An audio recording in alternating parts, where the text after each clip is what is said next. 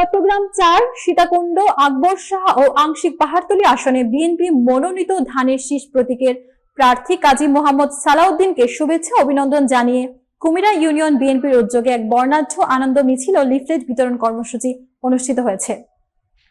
সীতাকুণ্ড প্রতিনিধি মোহাম্মদ রমিজুলের ভিডিও চিত্রে বিস্তারিত। রবিবার বিকালে কুমিরার গোল আহমদ এলাকা থেকে শুরু হওয়া মিছিলটি ছোট কুমিরা বাজারে গিয়ে শেষ হয়। এতে বিএনপি, যুবদল, স্বেচ্ছাসেবক দল, ছাত্রদল সহ অঙ্গ সংগঠনের শত শত নেতাকর্মী ও সমর্থক অংশ নেন। ঢোল, তবলা, স্লোগান ও উচ্ছ্বাসে মুখরিত হয় পুরো এলাকা। ধানের শীষের বিজয় হবেই, সালাউদ্দিন ভাই এগিয়ে চলুন, আমরা আছি সঙ্গে। মিছিল শেষে দোকান, রেস্তোরাঁ ও যানবাহন চালকদের মাঝে তারেক রহমান ঘোষিত ৩১ দফা কর্মসূচির লিফলেট বিতরণ করা হয়।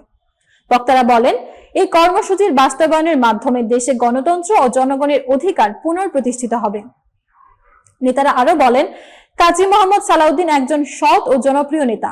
ধানের শীষের বিজয় নিশ্চিত করতে তারা ঐক্যবদ্ধভাবে মাঠে কাজ করছেন, সীতাকুণ্ডকে একটি উন্নত ও সন্ত্রাসমুক্ত শান্তিপূর্ণ এলাকায় রূপ দিতে।